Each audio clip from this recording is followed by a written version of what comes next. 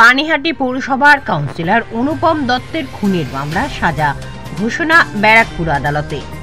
2022 সালের 13 মার্চ সন্ধ্যা 7:30টার সময় পানিহাটি কাউন্সিলর অনুপম দত্তকে গুলি করে খুন করা হয়।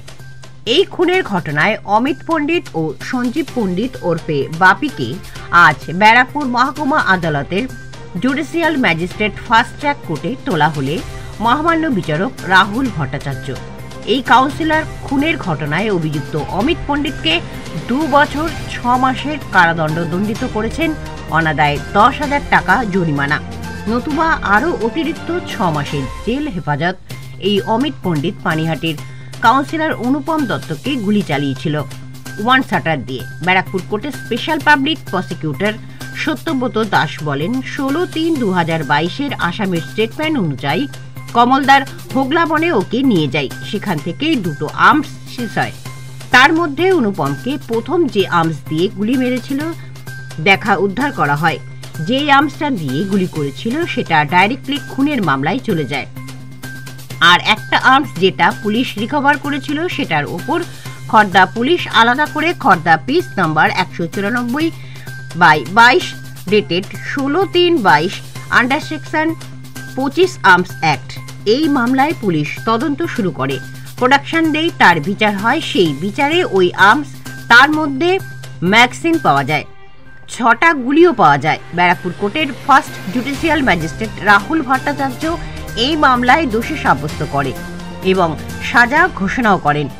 আর্মসের মামলায় মহামান্য আদালত আসামিকে 2.5 বছর সশ্রম কারাদণ্ডে 1,000 টাকা ফাইন, অনাদায়ে আরও 6 মাস কারাদণ্ডের অর্ডার দেন।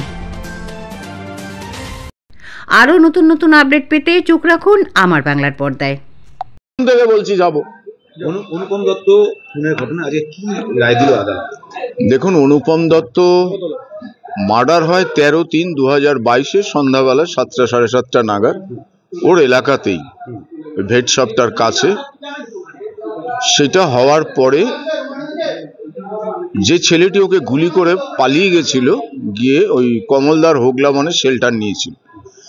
যারা ওখানে ছিল তারা চেস করে ওকে ধরে। রাত্রেবেলা ওখান থেকে বেরিয়ে আসে, প্রথমে কনসিল করেছিল, তারপরে বেরিয়ে আসে।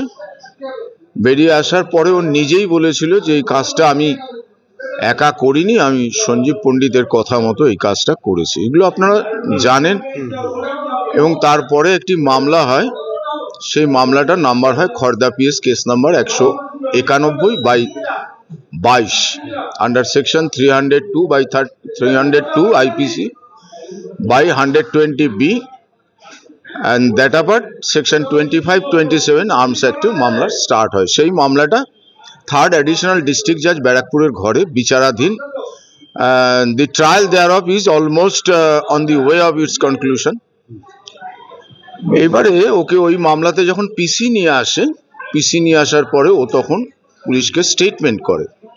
স্টেটমেন্ট করার পরে 16/3/2022 ওর স্টেটমেন্ট অনুযায়ী ওই কমলদার হোগলা বনে পুলিশ ওকে নিয়ে যায়। ওর দেখানো মতে 2টো আর্মস রিকভারি হয়। একটা আর্মস রিকভারি হয় যেটা দিয়ে ও গুলি করেছিল, সেটা মাদার কেসে চলে যায়, যেটা 3rd অ্যাডিশনাল ডিস্ট্রিক্ট জাজে পেন্ডিং। আর একটা আর্মস ও বার করে ওই কমলদার হোগলা বনের ওখান থেকে।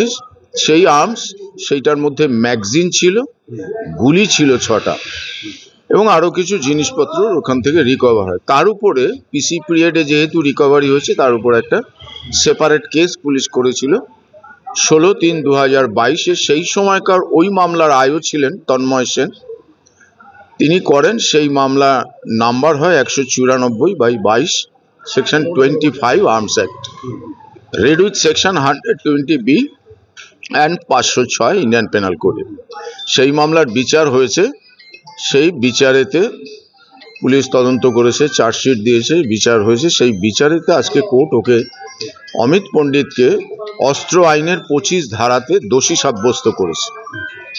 এবং আপনারা জানেন ও 20/9/2022 থেকে কাস্টাডিতে আছে। সেই হিসেব অনুযায়ী কোর্ট ওকে 2.5 বছরের সশ্রম কারাদণ্ড with a fine amount of ₹10,000 in default further 6 months এই সাজা ওকে আজকে দিয়েছে। তা ন্যাচারালি ও তো জেলেই আছে। আর ওদের মাদার কেসে এই মামলাতেও কোনোদিন বেলে ছিল না, মাদার কেসেও তো বেলে ছিল না। সঞ্জীব পণ্ডিত যে বেল অর্ডারটা হাইকোর্ট থেকে নিয়েছিল, that order has been stayed by the honourable supreme court. সেই অবস্থাতে দাঁড়িয়ে আজকে সাজা ঘোষণা হয়েছে, ওরা ভেতরেই আছে আর কি। সত্যব্রত দাস, স্পেশাল পিপি, আমি এই মামলার। দাবি ত্যাগ এই চ্যানেল কোনো প্রচার করে না হিংসাত্মক, ক্ষতিকারক বা অবৈধ কার্যকলাপ। এই চ্যানেল দ্বারা প্রদত্ত সমস্ত বিষয়বস্তু শুধুমাত্র একটি শিক্ষামূলক উদ্দেশ্যের জন্য। ধন্যবাদ। শুভেচ্ছা টিম আমার বাংলা নিউজ।